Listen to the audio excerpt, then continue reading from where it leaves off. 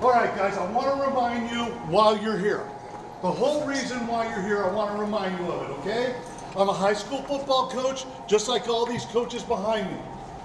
Back in 2010, I had 2 military sons that were deployed to Afghanistan. They both played ball for me.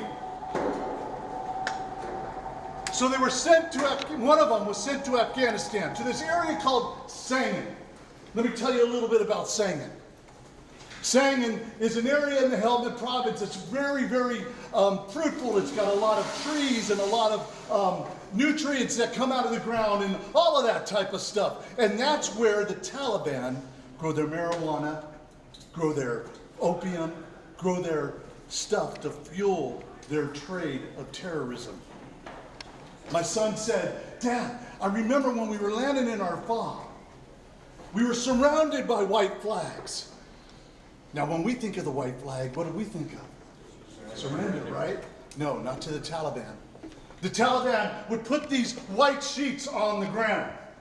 And on them, they would spray paint, "Death to the Americans! Death to the infidels!" That's where they were landing in the FOB.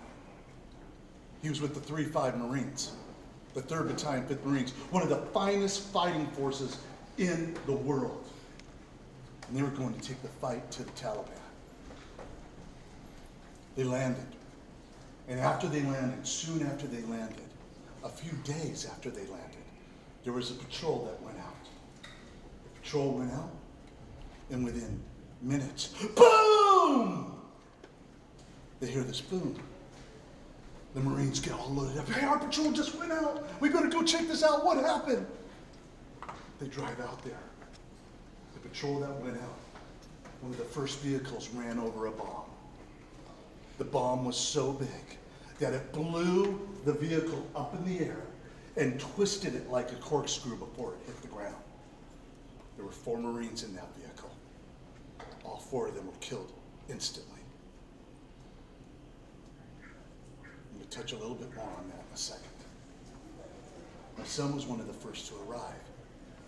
Under enemy sniper fire, they got those Marines out of that vehicle. Here's where it gets weird. I'm at home in Northern California. I get a phone call.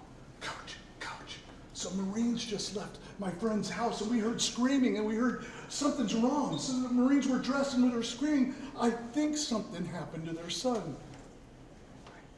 So I find out what happened, and I find out that it's a family that I know. I know the kid that lived in that home. I had no idea that he had become a Marine. I found out who the family was. They're on their way to get their son's body. There's crying. It was terrible. They brought their son home in a flag-draped coffin. And within minutes or within days after that, they gave me the honor of eulogizing their son. Here's where it gets weird. My son, or this young man that was killed, played football for me.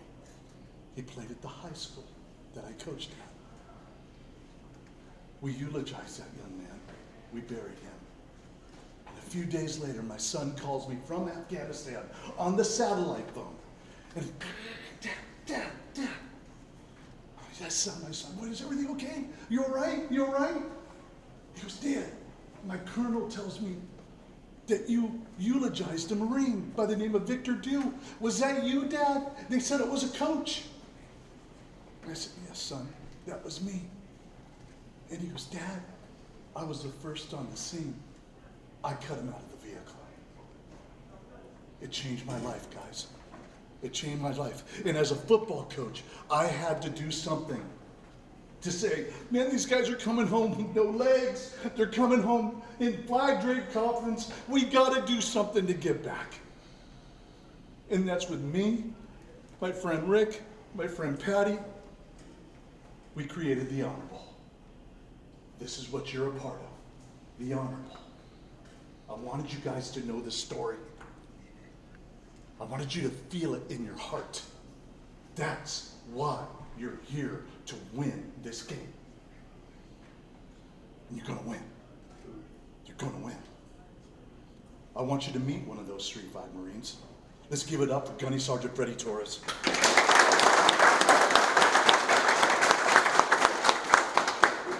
time. Three time. Three time. Hey, good afternoon. I appreciate you guys being here. I truly do. Thank you from the bottom of my heart.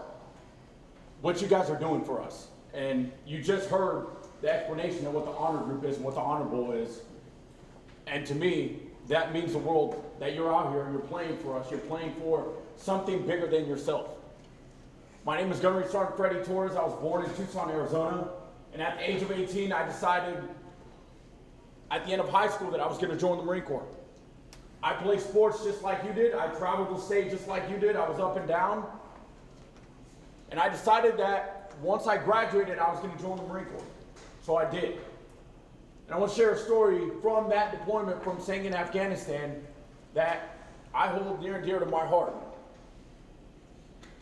2 months later, after those 4 Marines died, on December 30th, 2010, there was a squad out on patrol. Now, if you've ever seen the movie Lone Survivor, I want you to picture that in your head with Marcus Luttrell. They're on top of the mountain. They're overseeing the Overwatch. They have the Taliban down there, mud hut, villages, dirt. I want you to picture that in your head when I tell you this story. So this patrol goes out. They're out for about 4 or 5 hours gathering information, intel, talking to the locals. And they're making their way back to the patrol base. We call it the PV, the safe spot, where they sleep, where they live. So this squad's making their way back to the patrol base, 200 meters right behind me. Let's say the patrol base is right there. There's 20 Marines making their way back into that patrol base. Most of the Marines make it in there, and an IED goes off, an improvised explosive device, a roadside bomb. Now, luckily, the whole bomb didn't go off, only a couple of pounds, and it shattered the Marine that stepped on it. It shattered his foot. So they got him out, put him in the truck, got him to the next echelon of care. So because the whole IED didn't blow up, they had to go out there and blow the rest in place. Put a stick of C4 down demolition and blow the rest of it. So only a fire team, after everyone got in safe to the PB, a fire team went back out and blew it in place, or put the C4 down. The whole thing about that story is that the Taliban was watching the whole time. So as they put the demolition down on the floor and they're getting ready to get cover, get away from the bomb, to blow it, the Taliban opens up on those 4 individuals out there. They start suppressing. They run in one direction. One of those Marines, the squad leader, the sergeant, gets hit. He gets hit in the legs. He starts running in the direction of fire because there's a little divot with the half wall that he can hide behind. And he can get behind and start shooting. So he runs about 20, 30 meters, gets behind that divot, gets behind the wall, falls back, looks down. His uniform was filled with blood. He had realized that he had gotten shot twice. So here comes one of the other Marines that was out there. He comes over, starts ripping off his uniform, and he rips off his left side, and blood was gushing out from mortal artery hit. Starts patching him up, puts a tourniquet on. They call the quick reaction force, the QRF, the one that's at the base, to come out and pick him up, put him on a stretcher. And as the team is picking him up, the whole squad starts suppressing towards the Taliban. Now, here's this sergeant squad leader getting carried out, bleeding out. The other sergeant that's carrying him out in the corner is best friends with them. The one getting carried out picks up his hand and he says, "Tell my mom I love her and tell my boys I'm sorry." Tell my mom I love her and tell my boys I'm sorry were the last words that he said to his squad before they put him in the truck and got him out. Luckily, this Marine made it out. They got him to the helicopter, they got him to the next echelon of care. Eventually they made it down to San Diego. Balboa Hospital, down by downtown, was where he recovered. Now let me tell you another side of that story. And this is where I want you to think, how does this reflect, how does this correlate to you being out on the football field? This Marine was told because he had so much nerve damage that they were going to amputate one of his legs. This Marine was told that he was going to get medically retired and never have the chance to be a Marine again. This Marine was told that he was never going to be able to run or walk the same way again. This Marine had a different thought in his head, a different goal in his head. His goal was that by April 15th, mid-April, when the battalion got back from that deployment, that he was going to take that squad out that carried him out on a run, on a little physical training event. That was his goal, right? The doctors just told him the complete opposite. It's time to hang it up. 4 months of hard work, I'll tell you, when that plane landed at March Air Force Base in Riverside County, staircase drops. I was standing there at the bottom of that staircase receiving my squad after they told me that I was going to lose my leg. After they told me that I was going to get medically retired.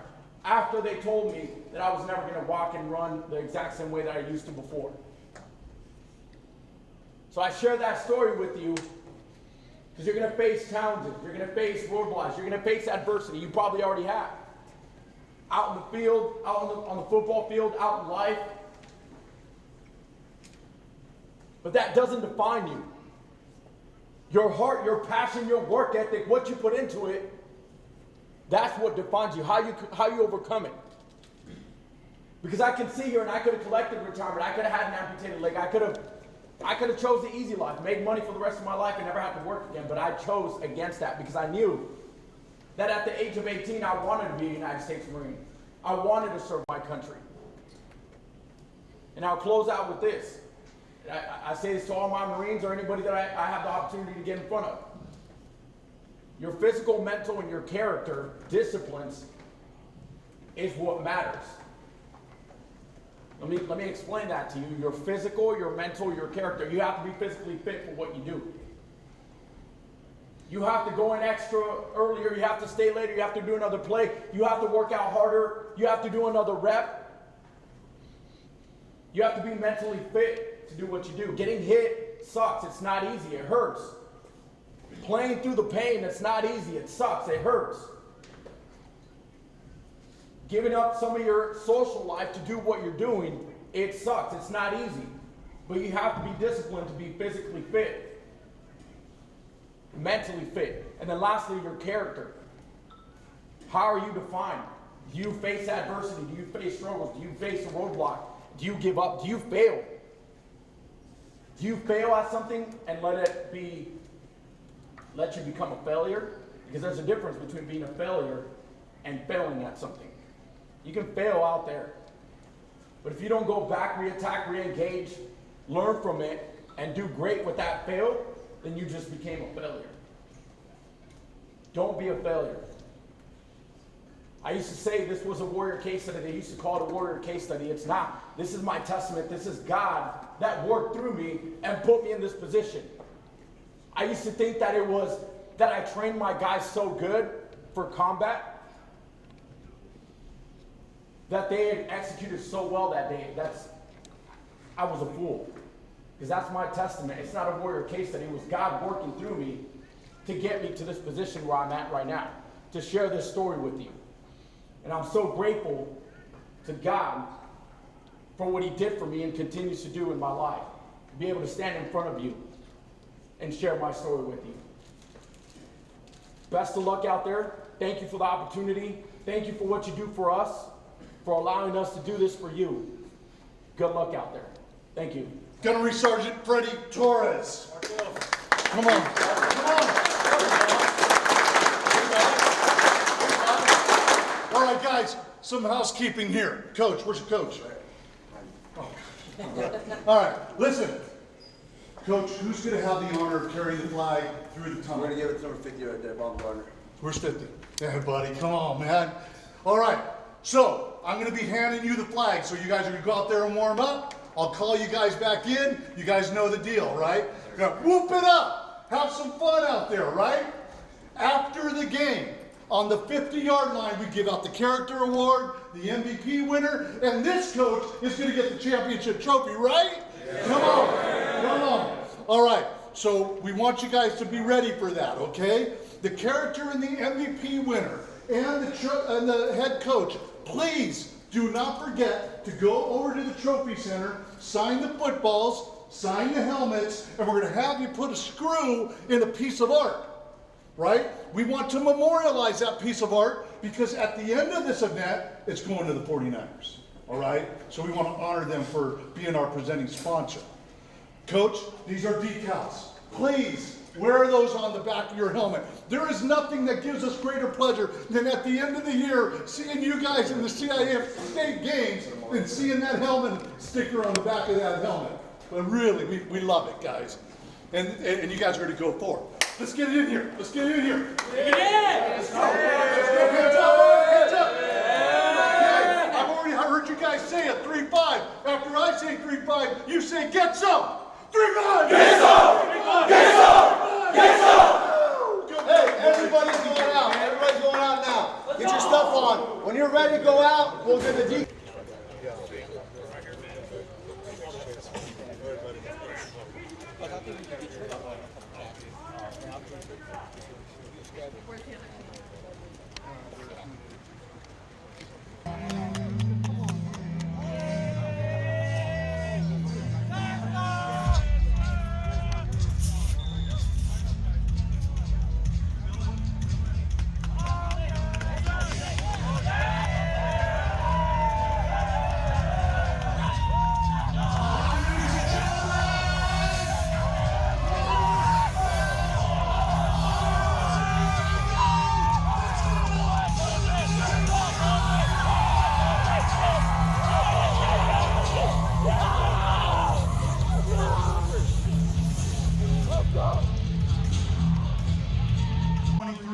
Honor Bowl.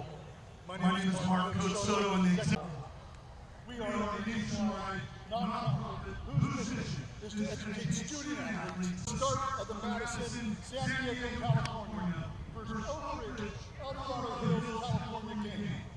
We would like to hear you.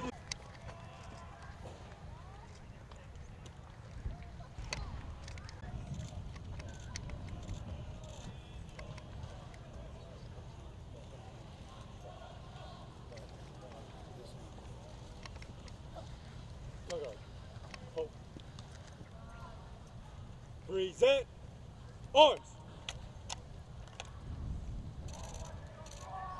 When a serviceman or woman is lost in battle with their boots and helmet, surviving members of the squad gather around to memorialize their fallen comrades. Some of the troops will pray, others might recall personal stories, but make no mistake, this is a ceremony that is taken very seriously. Every soldier knows the next ceremony might be for them.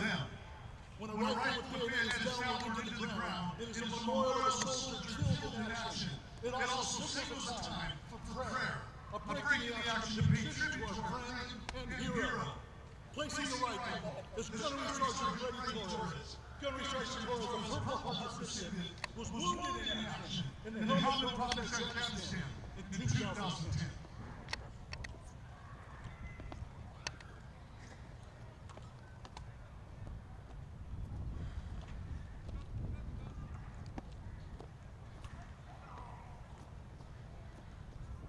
Combat boots represent the final march of the soldier's last round.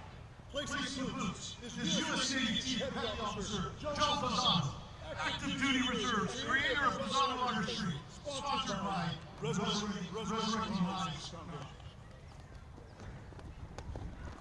The helmet is also a symbol of this great sacrifice. The helmet is being placed by Gold Star Father Tom Schumacher, honoring his son, Lance Corporal Victor 29 of Granite Bay, California. Dog tags identify the soldier's name, so he or she will never be forgotten. Place the tags as Gold Star Mother, Patty Schumacher, and the CEO, honoring her son, U.S. Marine Lance Corporal Victor 2, assigned to the 3rd Battalion of 5th Marines, Camp Pendleton, California. Victor died of wounds sustained when enemy forces attacked his unit with IED. The tags Patty is placing on the rifle are the actual tags that Victor wore when he was killed. Now, ladies and gentlemen, while you are still standing, and our Gold Star families and military members are centered at the 50-yard line, we would like to acknowledge our new fallen heroes from a tragic Australia crash in Melbourne Island, Australia, during the Joint International Treaty in August of 2023. No family ever wants to become a Gold Star family, but it's a title they wear in their hearts forever. At this time, we will honor our new heroes by remembering to say their names. I will say their name individually and will direct you when to repeat their name. After, we will have a moment of silence, followed by the playing of tassels. Corporal Spencer R. Collins, 21, of Arlington, Virginia. Say Spencer Collins. Spencer Collins. Captain Eleanor V. LeBeau, 29, of Belleville, Illinois. Say Eleanor LeBeau. Major Tobin J. Lewis, 21, of Jefferson, Colorado. Say Tobin Lewis. Tobin Lewis.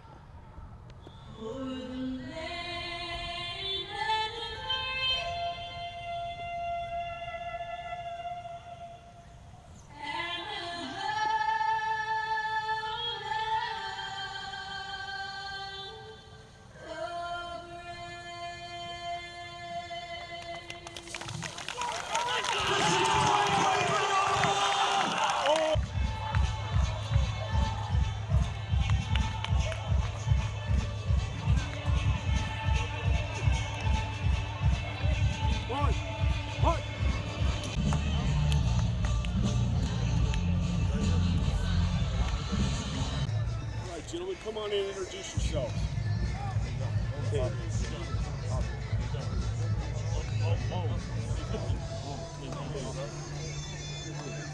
Congratulations on being selected captains for today's game. My name is Greg Covington. I'll be the referee. This is Ed Black, today's umpire. Madison, Oak Ridge is the visitors, so they're going to call the toss. This is the toss. This is heads. Tails is called. Tails is called. Heads the result. Heads the result. Madison, you won the toss. Madison, the third, to the second half. You will receive. Which goal do you want to defend? Okay. Go ahead and turn your backs that way.